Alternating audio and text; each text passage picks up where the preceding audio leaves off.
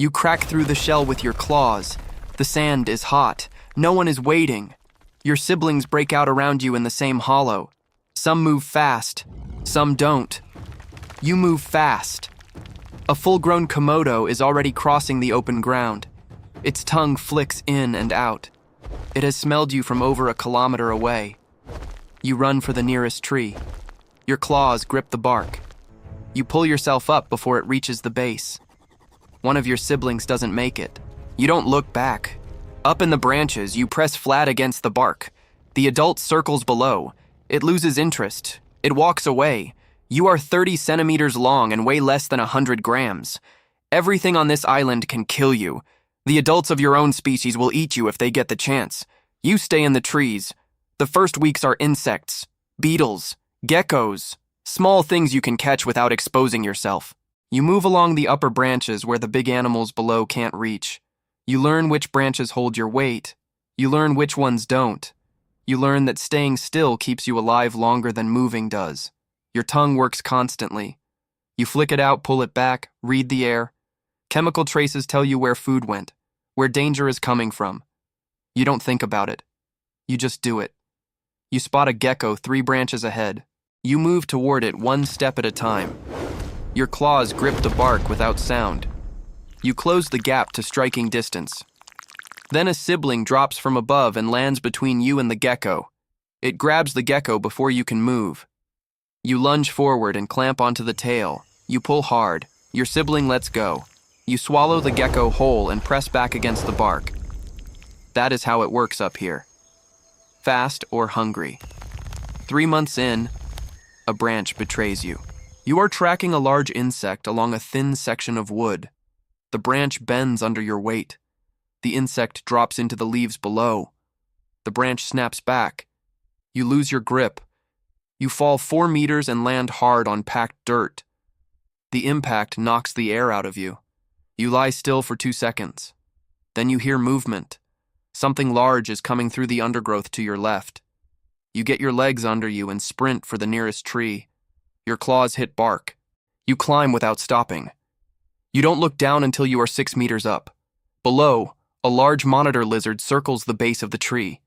It stays for several minutes. Then it leaves. You have learned something. The ground is dangerous.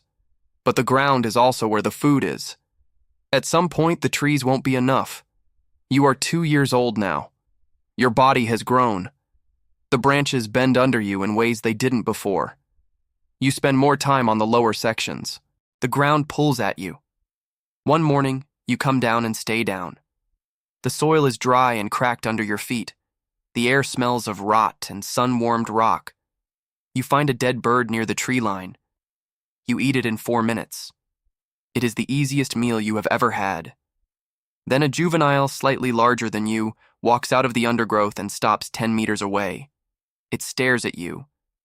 You stare back. You back away from the carcass. You are not big enough to hold it yet. You are 4 years old. You weigh 12 kilos. You are ready to hunt. You pick a deer trail along the eastern tree line. You press your body flat to the ground. The dirt is cool in the morning shade. A deer walks into the open. It grazes with its head down. You start crawling forward, slow. 1 leg at a time. You close the gap to 8 meters. The deer lifts its head. It sees you. It runs. You chase it for 30 meters, then stop. You already got what you needed. 1 bite on the rear leg as it turned. Clean contact. The venom is in now. You follow the trail it left. Your tongue reads the air every few steps. The chemical trace is clear. You cover ground at a steady walk. You don't rush. 2 days later, you find the deer on its side in the grass.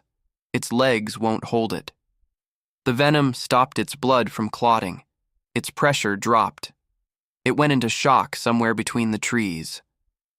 You walk up and begin eating. No chase, no competition, just the kill and the quiet. That is your weapon. You don't need to be faster. You need to be patient enough to let the bite do the work. Your venom glands sit in the lower jaw. Complex. Precise. You don't inject. You deliver the compound through the wound on contact. The prey does the rest by running. One bite. Then you wait. You are 7 years old. You weigh 40 kilos. You hold a stretch of coastline as your own. Another male walks into it one afternoon. He is close to your size. His tongue flicks at the air. He keeps walking forward. You move toward him and plant yourself in his path. The two of you rise up onto your back legs and lock your front limbs together. You push your full weight forward. The sand shifts under your feet. He is heavier. Each push drives you back a half step. You twist to break his grip. He adjusts. He shoves. Your back legs slide out and your body hits the ground. He stands over you, then steps back. You get up and walk inland. The coast is his now. The food is harder to find in the interior. You cover more ground each day. You eat less, but you are still growing. You are 10 years old, 3 meters long, 90 kilos. Every animal on this island moves out of your path. You have tracked a water buffalo along the beach for 2 days. This morning you close the gap along the tree line. You rush forward and bite down hard on its rear leg. It kicks and catches your side. You absorb it and walk back to the tree line. You wait 3 days. On the third morning, the buffalo is on its side on the wet sand. Its legs stopped working overnight. You walk up and begin eating from the middle. 2 other Komodos appear from the trees. You pull yourself to full height over the carcass. You hold the position. One of them moves to the far end and feeds from the scraps. The other one leaves. You are 15 years old when a female moves through your territory. Another male comes out of the trees ahead of her, younger than you, lighter. He keeps walking forward. You move between them.